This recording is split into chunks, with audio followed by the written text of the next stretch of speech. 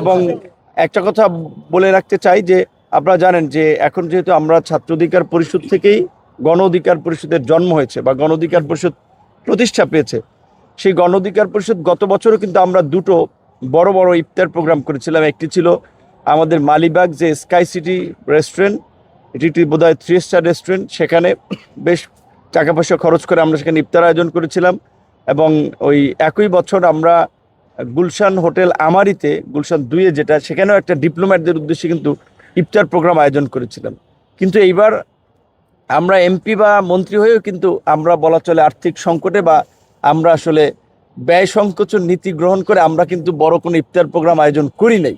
তো এইটা বললাম এই কারণে যে অনেক মানুষ অনেক কিছু মনে করে, কিন্তু না, আমাদের দায়িত্ব এবং দায়বদ্ধতার জায়গা থেকে আসলে আমরা চাইলে অনেক কিছু করতে পারি না এবং করি না। দেশের মানুষের যে প্রত্যাশা, সেই প্রত্যাশা পূরণে আমরা সৎ এবং নৈতিকতার সাথে কাজ করে যেতে চাই। দেশের মানুষের দোয়া চাই।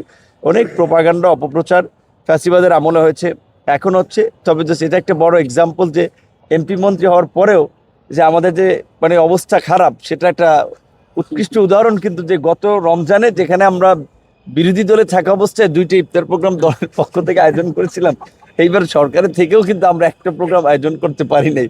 বরং শুধু আমাদের নেতাকর্মীদের নিয়ে আমরা ঢাকা বিশ্ববিদ্যালয়ের খেলার মাঠে একটা প্রোগ্রাম আয়োজন করেছিলাম। তো ছাত্র অধিকার পরিষদের নেতৃবৃন্দকে বলবো যে ধৈর্য ধরতে, যে তাদের অনেক প্রত্যাশা আছে, হয়তো তারা অনেক কিছু সংকটের মধ্যে দিয়ে যাচ্ছে। আশা করি তারা যদি তাদের ট্র্যাকে থাকতে পারে, নৈতিক মূল্যবোধের সাথে লেগে থাকতে পারে, দেশের আগামীতে ইনশাল্লাহ মানুষ তাদের উপর আস্থা রাখবে, নেতৃত্ব দেওয়ার অনেক সুযোগ তৈরি হবে।